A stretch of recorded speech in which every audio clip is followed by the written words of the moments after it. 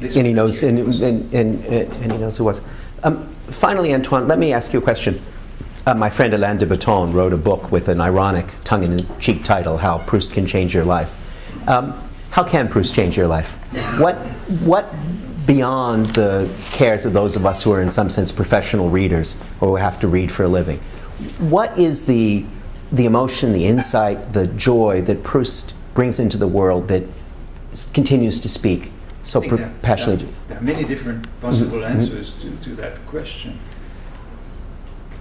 I think that Proust's novel, as many novels, as I said earlier, teaches us a number of small things about people.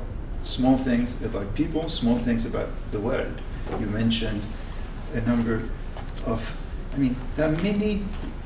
What I like about Proust now, of course, every 10 years you hit a different Proust. So in the last 2 years, I gave a course on Proust at the Collège de France, and it was not the same Proust I taught 10 years ago, where it's a completely different Proust. So the last time I taught Proust, I focused on these minute passages of, let's say, ethical observation. And this is something that can change the way you perceive the world. On, let's say, a more general level, Proust's novel is probably one of the rare modern masterpieces that ends happily in a redemptive fashion. It ends well. There's a happy ending at the end of. He begins to write the book is possible. The book is possible. Mm-hmm. There's a redemption. Yes. At the end.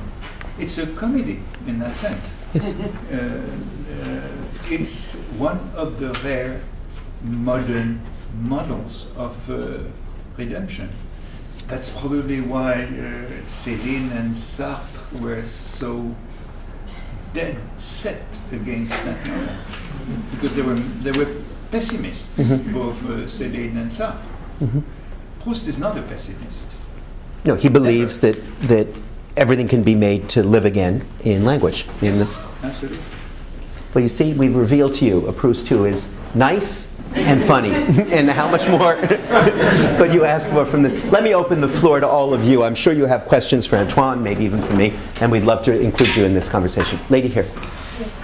Could you stand up and speak loudly, and I'll repeat the question if anyone has trouble hearing. I have a question. Do you need, should I?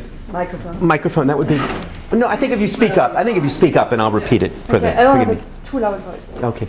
I don't think that too many people nowadays read Montaigne apart from French literature students.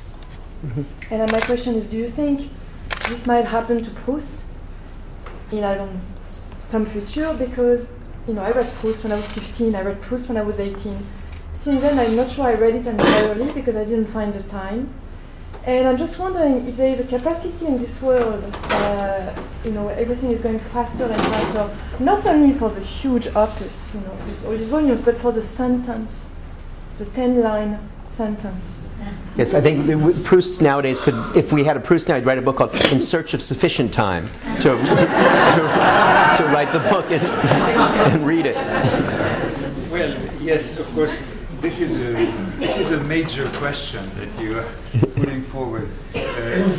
Our manners of reading are changing because of the digital world.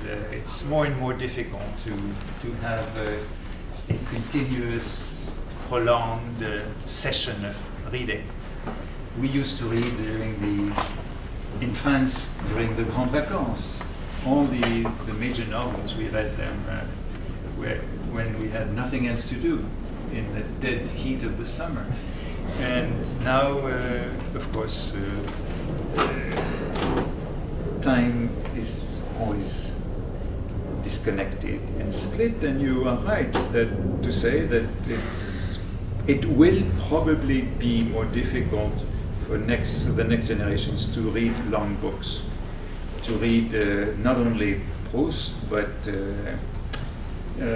philosophy of mind. Who can read Hegel? Who will be able to read Hegel or Kant? You need a lot of time, and you find it less and less. So will Proust survive? Well, I'm more optimistic than you are. I think Montaigne has survived. I think that last year there was in Paris was published for the first time by Gallimard a modern translation of Montaigne. So of course it makes a number of people a modernization of the modernization of Montaigne. So I recommended that they do it. They asked me a couple of years ago, should we publish a translation of Montaigne in modern French? I said yes, because at this point it's easier to read Montaigne for English speakers than it is for French speakers who have Montaigne in the original text. So we are at a point where Montaigne is read in Spain or in the UK, but Montaigne is no longer read in France because you only have the 16th century text. So now Gallimard has published a modern translation of Montaigne.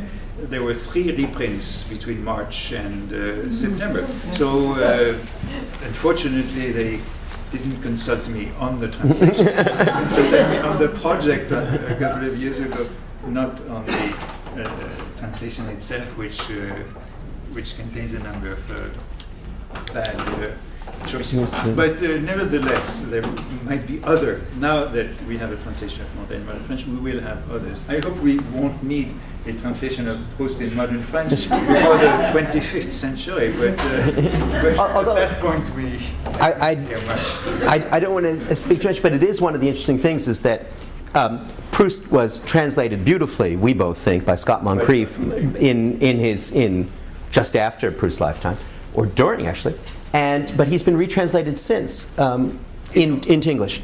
In all languages. Proust, I mean, translations have to be redone generation after generation. Scott Moncrief was revised twice, first by Kilmartin and second by Enright. Right. So it was, we don't revise Proust, but we revised that translation, and now there's a new Penguin translation. Yes, that's right. In Italian, there were 2 new translations in the 1980s. In Japanese, someone is doing the 3rd translation of Proust now. So we need to redo translations generations after generations. This was also related to the fact that Proust fell in the public domain in the 1980s. The first books, yes. New edition of Proust in French, to which I collaborated. So but I think this is a sort of paradox. Translations have to be modernized for each generation, have to be redone for each generation. At the same time, philologists tend to make the original text always more difficult. And more archaic. When we did the new edition of Proust in the 1980s, for the Pléiade, the new Pléiade is more difficult than the old Pléiade because the old Pléiade introduced modern punctuation. In the 1950s, people didn't respect the punctuation of the author, so they added commas everywhere. Commas of the Third Republic. Commas that were taught by the instituteur of the Third Republic. But in Proust, the comma is always oral, so it never comes by 2. Yes. There's never a pair of comma. It always comes one by one at the end of a thought. It's a rest or not? It's a rest. So in the 1950 Pléiade, they introduced commas everywhere, so you see the structure of the sentence. But if you have a long sentence of Proust without any commas, it's much more difficult to read. It's the same case with Montaigne. The new editions of Montaigne, there are no paragraphs. There were no paragraphs in the 16th century, but we were used to reading Montaigne with paragraphs which were introduced in the 19th century. So when you have a new Montaigne without paragraphs, it's even more difficult. So it's an interesting paradox that translations make a classical author easier to read, while we tend to, in the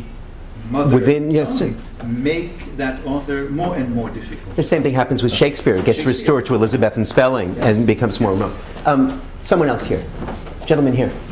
Hi. I admire your comment on the comic nature of Proust. When I read it, I felt deep anguish, enormous anguish from beginning to the end, because I felt that he had an existentialist crisis, sort of Nietzschean, where he mixes the reasoning and the emotion, and sort of never gets to the end of it, except, as I said, at the end, he throws the Nietzschean anguish and becomes liberated. That's true. But the whole middle, I think, is really, really, really anguishing. And I suffer for him. So I don't know how you feel about that. By the middle, you Maybe mean there's comic in it, but it's very anguishing. you mean the Albertine novels in the The whole, exactly. the- Yes. Yes, the